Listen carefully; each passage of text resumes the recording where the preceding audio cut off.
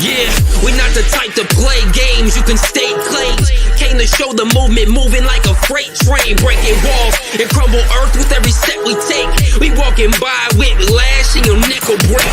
Never let it stray, so say it wrong, won't set it straight. So coming at us with an awkward demeanor is leaving your life in the dead of face. So pedal straight, avoid these shots, we send it all costs. Truly believing that it'll be different, we watching your body get hauled off. Simple as this, we giving the vibe of the revolution that we living within. Diminish the doubt of the haters that talk on the low because of this minuscule shit. News, glorious news. We're anxious to hear it. Please, OGGM, explain why I'm looking at the art from Space 1999. 'Cause the moon is still there. I'm pretty sure I saw it last night. Yeah. What's up, my nerds? It's your boy, the OGGM, coming to you live from Site B at 8:30 in the morning. It's the 22nd day of July, 2024. It is bright and sunny outside, but I am having a headache sinus issue, which means this blizzard's probably going to change because June gloom. Yeah. But it's San Diego Comic-Con countdown week. There's a very large truck driving by.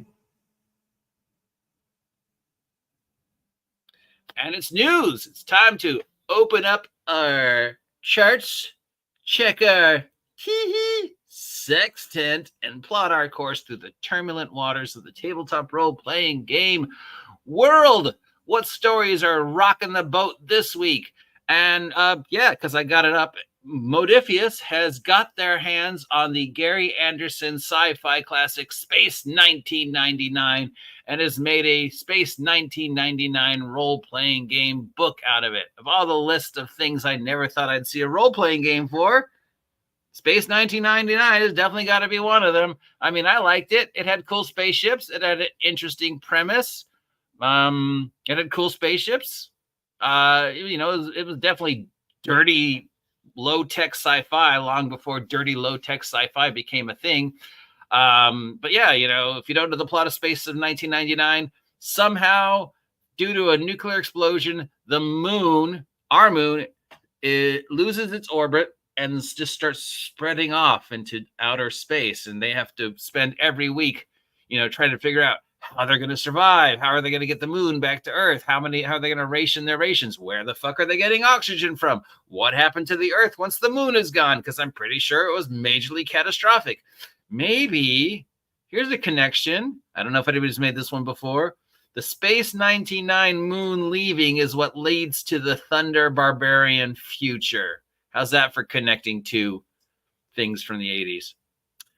Now, obviously, the moon's still there. And we don't have cool spaceships, but still, I don't know. I mean, is it worthy an entire role-playing game book? I mean, or just, could it have just been a setting book for another sci-fi system or just a generic setting book for anything? I don't know.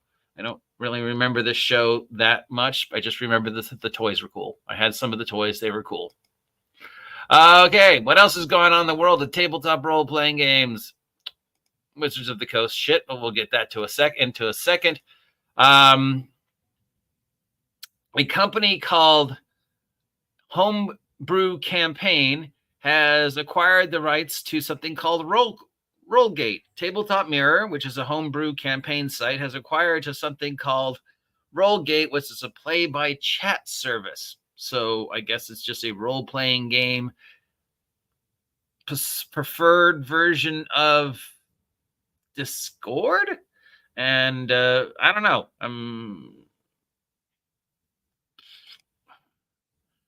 Rollgate and the Tabletop Mirror. Has anybody heard of either of theirs? Tabletop Mirror is a homebrew game manager that allows game masters to create custom SRD-style rule sets. Rollgate is a chat forum designed for play-by-post style roleplay. Update announcing the acquisition. Well, who knows? Maybe two small little kids in our world can get together and make one bigger monster that might be worthy of considering if you're looking for something that's an alternate to Discord /VTT. Vampire the Masquerade has got some new stuff coming out. Renegade Studios is looking for pre-orders for their revelations of the Dark Mother Adventures plotline for Vampire the Masquerades. Beatles and Grimm has announced some new themed dice sets themed on classic Dungeons and Dragons modules. Unfortunately, because of the way they presented the ad, a lot of people mistook it and thought that they were re-releasing the classic modules.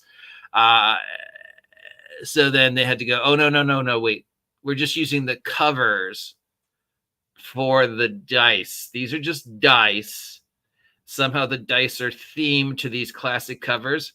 I don't know what that means. What does a White Plume Mountain dice set look like as opposed to a Ravenloft dice set or a Keep on the Borderlands dice set? Oh, look, this dice is, I could just pick a dice out of my dice bag and say it's themed to X. Oh, here's a red dice.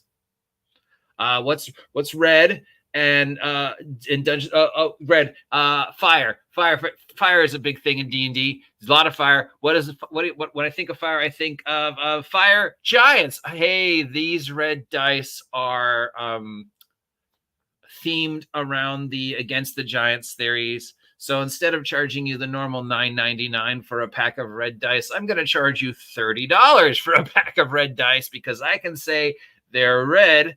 Therefore, they're fire giant. Therefore, they're themed to Against the Giants. Therefore, yeah, $30. I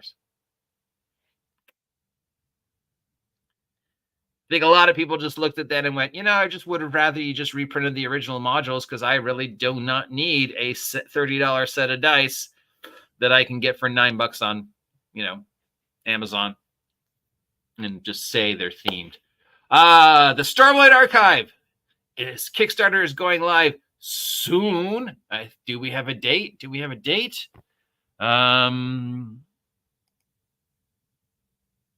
No, just soon. I would expect by Gen Con, during Gen Con, or after Gen Con.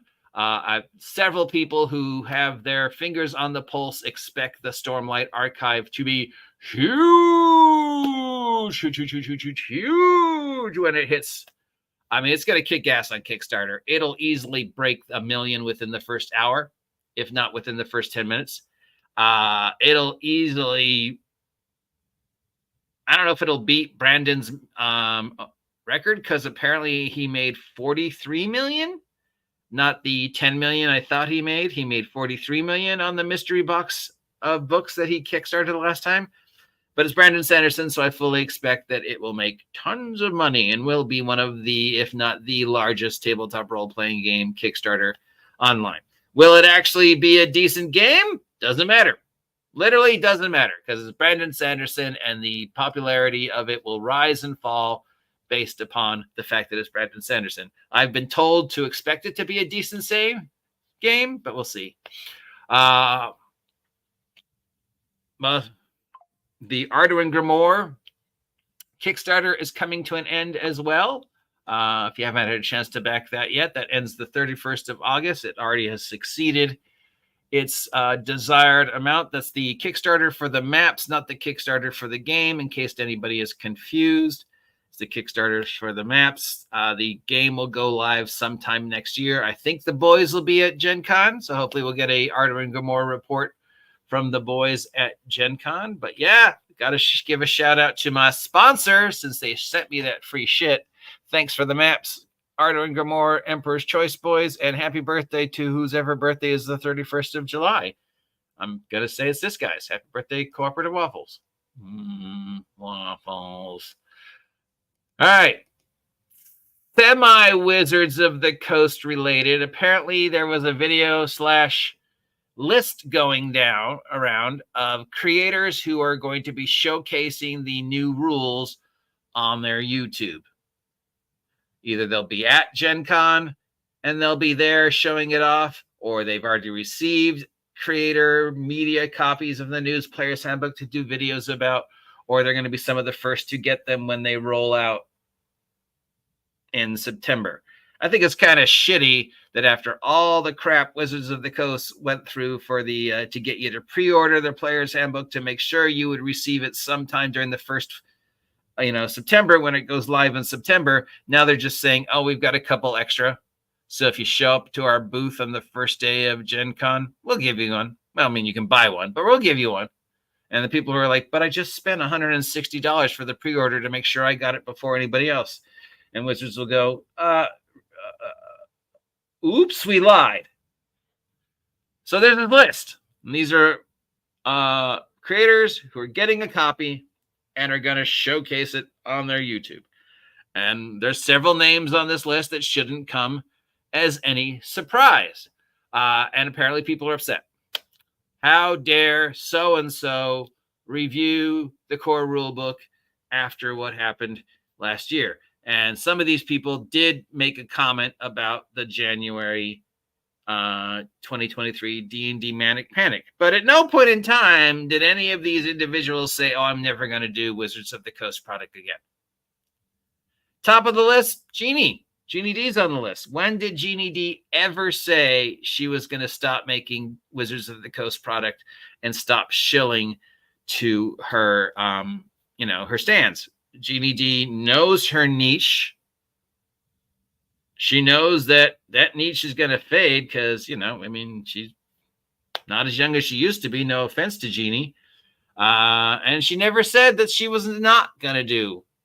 When did Jeannie D ever say, oh, I'm never going to do 5e stuff again? She said that she was deeply upset like everybody else. She interviewed Kyle and surprisingly took him to the mat.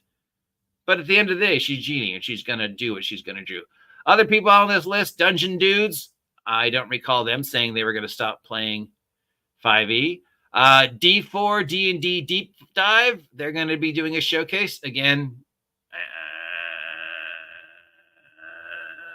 Their channel is literally called D&D Deep Dive. When did they ever say, we're not going to review the player's handbook if you give me one?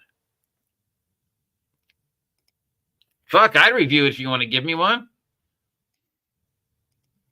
Pixel Circus, don't even know who that is, but they're doing it. Jeannie D. Mark Holmes.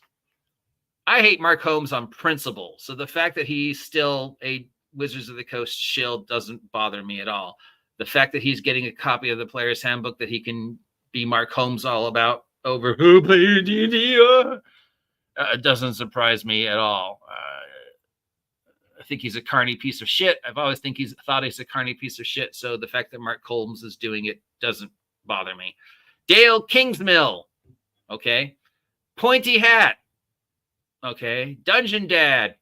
Okay. Jonathan Perez Galvin.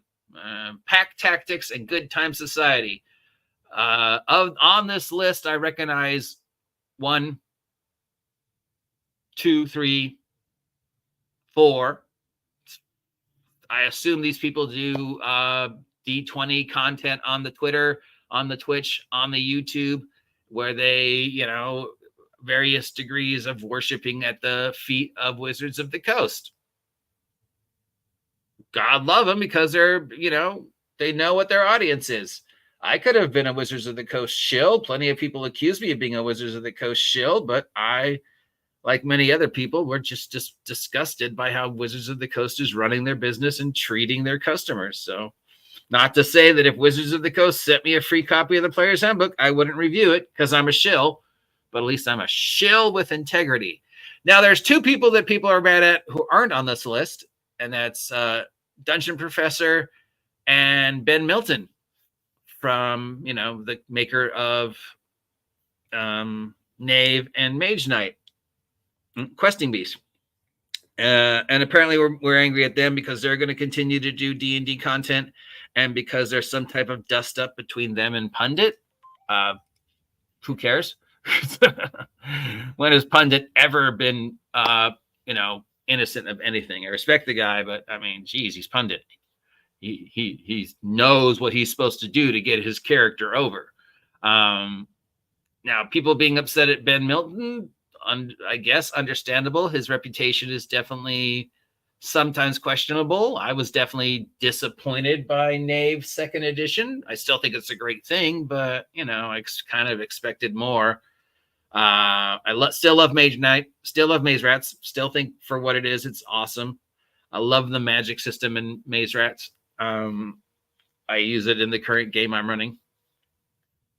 But Ben Milton has never once, to my knowledge, done 5e stuff. Professor Dungeon Master, yeah, he's done 5e stuff, but he's also constantly railing against Wizards of the Coast, so I'm not sure why we're upset at either of them, other than some vague rumor about some vague dust-up between them and Pundit. And like, the trouble is with, you know, these things is rumor on Twitter, on rumor, on some guy sends me an email at 6 o'clock in the morning saying, hey, do you know about this? And I'm like, no, and I don't really care, but apparently you do, so I'll talk about it. Do I care that Jeannie D is going to be doing D&D content for as long as she can? No, it's what I expect from Jeannie D. I'd be surprised if she didn't do it, especially after Wizards of the Coast has sort of been pushing her to the side in their support of her. So it does feel like she's jumping harder and harder to remain, you know, like, hey, I'm still here, guys. And Wizards of the Coast are going, yeah, but you're last year's model.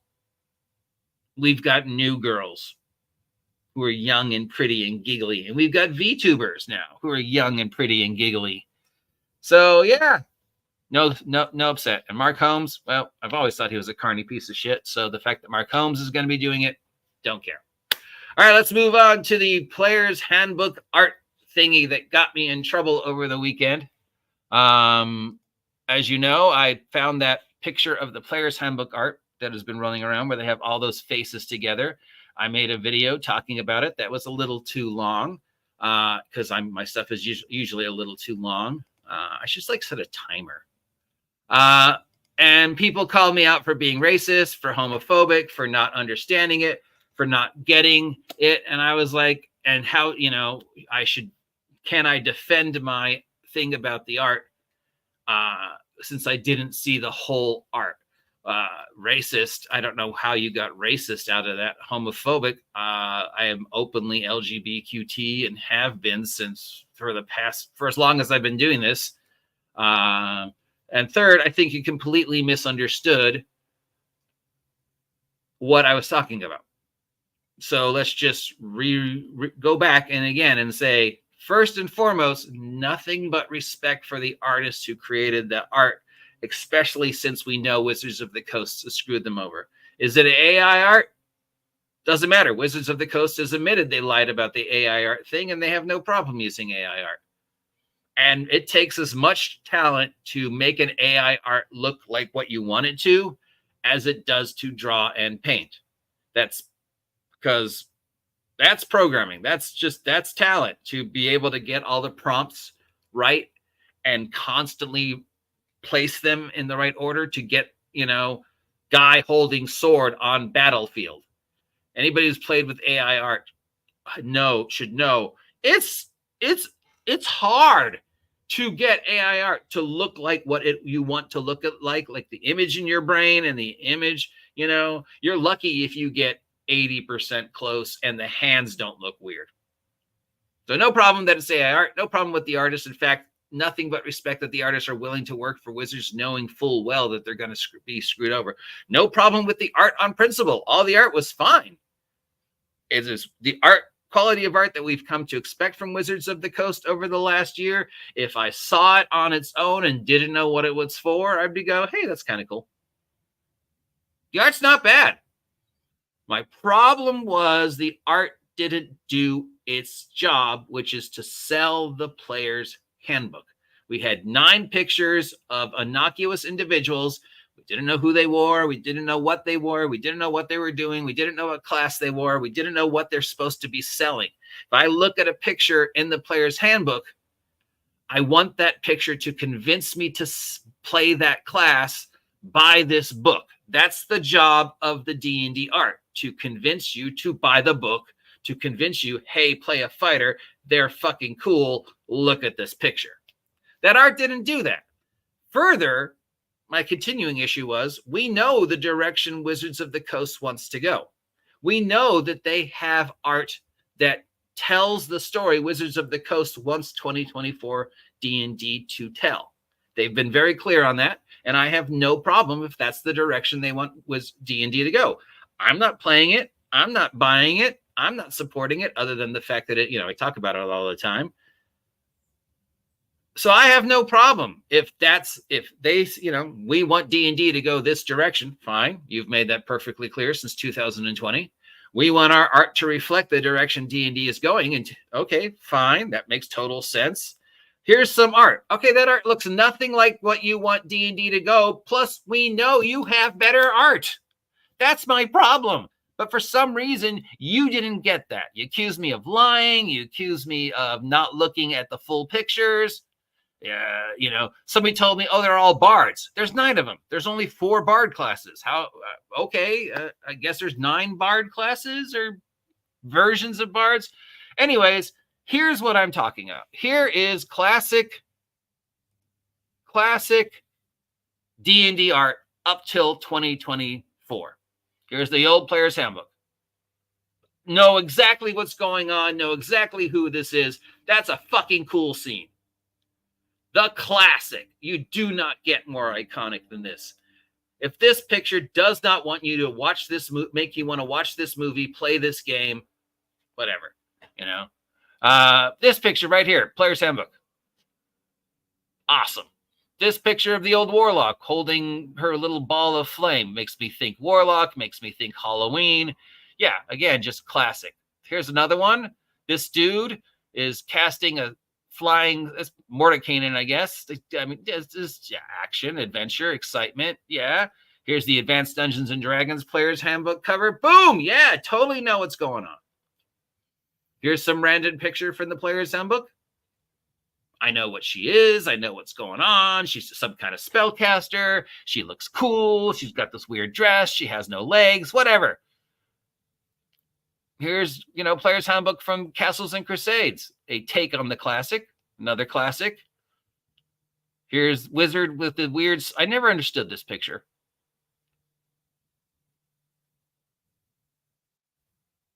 I gotta say, it's a classic picture. It's a great picture, but I never understood it. What spirally spell are you casting on this bat? Just, gust of wind and then move on, dude. They're bats. There's a 4E picture. Tiefling thief. Tiefling caster. There's some type of dwarven cleric. I know exactly who that is. I know exactly what's going on. That's like, boom, that sells me. All right, that sells me on 5E. That sells me on D&D. That's art I want to see in my game because that art portrays the emotion that the creators should want me to portray, that advertises the product. It tells your brain what I need to know about the product, just like a picture of a hamburger or a picture on the movie trailer or whatever. Yeah, here's the new Player's Handbook art that people were giving me shit about. All right, I've said everything I'm going to say about the cover and this weird dragon's neck. People have tried to defend the dragon's neck to me as like, no, you're not seeing it. It's supposed to. It's like, no, it's obvious that there's this picture is just weird. It's uncanny valley. All right, here's something. I guess this is some picture that maybe is from the Player's Handbook. Okay. I kind of get the idea of what's going on. This is a decent picture. Why not use that? The other problem of all my problems with the D&D art is, where is it? I just saw it. It's gone. We know they had better art for the 5E D&D 2024 Player's Handbook. And they choose this not good art. Those pictures we saw weren't good. There is better. This one. Is that a picture in the 5E 2024 Player's Handbook? If it's not, it should be. And why didn't you use this picture? Okay, we got 2 guys that look exactly the same. Maybe that's why. And then we've got Elf who's setting this book on fire. Maybe it's a light spell. Looks like a fire spell to me, but maybe it's a light spell. I don't know. I would think like, hey, you know what the best way to preserve this art is? Hey, set it on fire. That way, All right.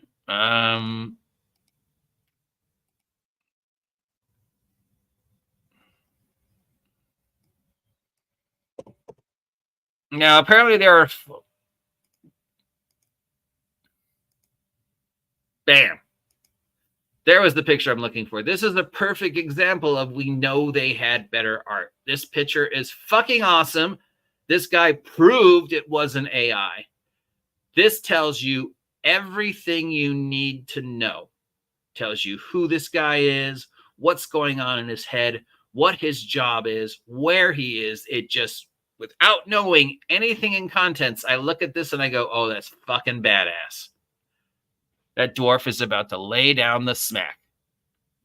Perfect picture. We know they had this picture. Why go with those pictures? There's better art. Why are you pushing this weird, crappy art? And if the point of the weird, crappy art is to say, hey, we're changing the direction of Dungeons and Dragons, and we want that new art to reflect that, there's one. Here is a much better picture that reflects the new direction you're taking D&D. And again, one, no problem. We know the new direction you're taking D&D. You have been repeatedly telling us the new direction you're taking D&D to 2024. I accept that that is the path Wizards of the Coast wants to take D&D.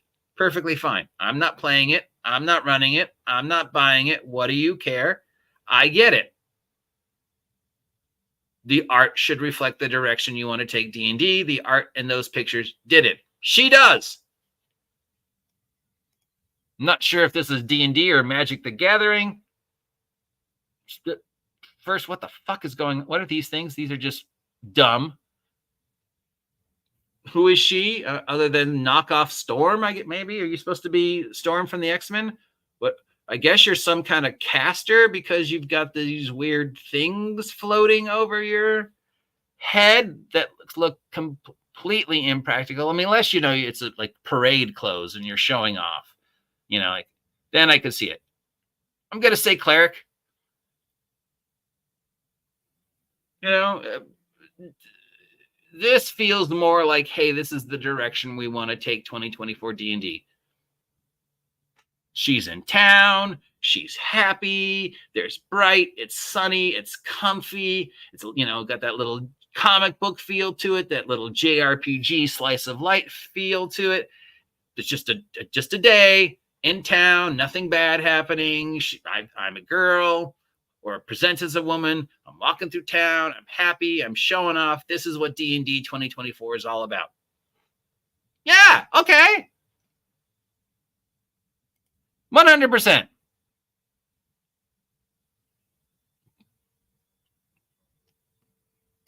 And then we have this. This is one of the ones that I got, you know, like, what the fuck? So this is the dragon in full, and we're supposed to know that she, it is a bard. A bard of valor. Now, the only thing that would make me maybe think, okay, you're something music related, is this symbol on their shield. See, if they'd shown this picture, then you'd be like, oh, okay, all right, so it's I don't know, some type of warrior, some type of, I'm associated with music, so I could be a cleric. I could be a member of the Harpers, since that is the symbol of the Harpers. I could be a Valor Bard, because they get to wear, you know, armor a little bit better. I'm wielding a short sword or a weird dagger.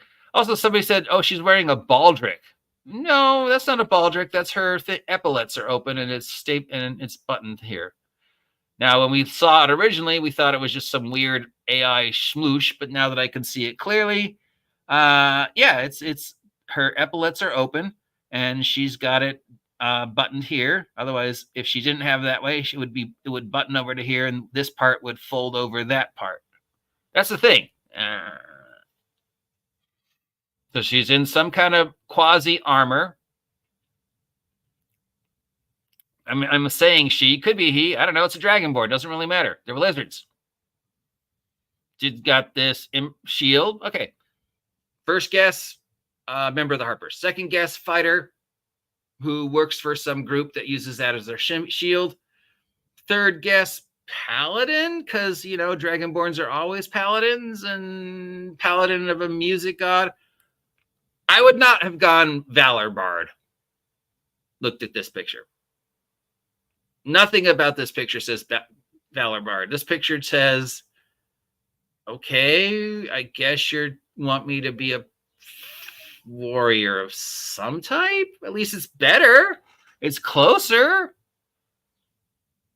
It's not, you know, now that we've seen the whole thing, I'll take it back. It's not, I never said it was awful. I've never said it was an awful picture. I said the pictures don't tell us what they are.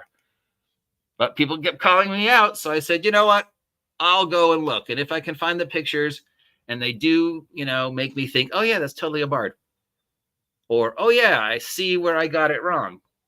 But no, I still defend my argument. I still defend the fact that if this art doesn't do the job, if the job is to tell you, hey, this is what new 2024 D&D is about. Especially since we know